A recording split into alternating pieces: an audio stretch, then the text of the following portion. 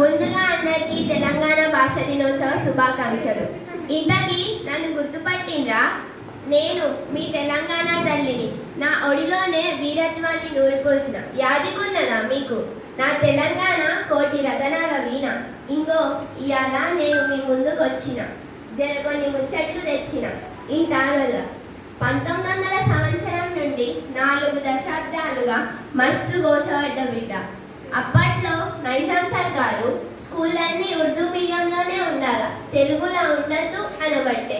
గప్పటి సంది నా బిడ్డలు పోరాడి 1930లో ఆంధ్ర మహాసభలు ఏర్పాటు చేసుకోబడింది. నా బిడ్డల గోస చూసి నేను మస్తు కుమిలిపోయానంటే నమ్ముండ్రి. మీ అసంటోళ్ళు ఎందరో ప్రాణాలిచ్చిండ్రు నా కోసం. చివరికి 2 జూన్ 2014న నా సంఖ్యలు తెగిపోయాయి. అంటే తెలంగాణ వచ్చింది. నా ఒడిలో 1 కోటి మంది తెలుగు పిల్లల్ని పెంచి వారి చేతుకు కత్తులు ఇచ్చి నైజాం రాజుతో తలవడమని చెప్పిన.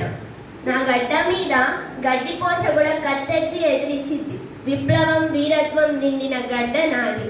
నాకు బతుకమ్మ పండుగ, బోనాల పండుగ మస్తుగా చేస్తారు. నేను మస్తు ఖుషిగా ఉంటాగా సందట్లో.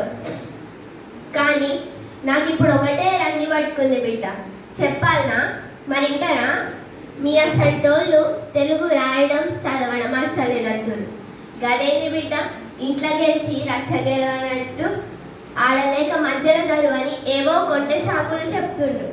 కాలోజీ ఏమన్నాడో ఎరికేనా? ఒకసారి యాద చేసుకుందామా?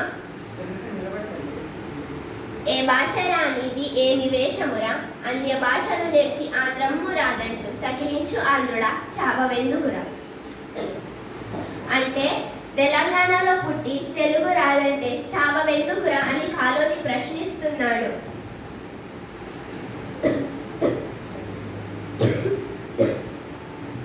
బల్లోనే తీసుకోండి, 17 మంది తెలుగు మీడియమా? ఎంత ఘోరం బిడ్డ ఇది. ఇకనైనా మేల్కోండి, మంచిగా తెలుగు చదవండి, రాయండి, పద్యాలు వల్లే వేయండి. నా బిడ్డలు మంచిగా ఉండాలి. నా బిడ్డల భవిష్యత్తు బంగారం కావాలి. నన్ను యాదిగుంచుకోండి, మరవకండి.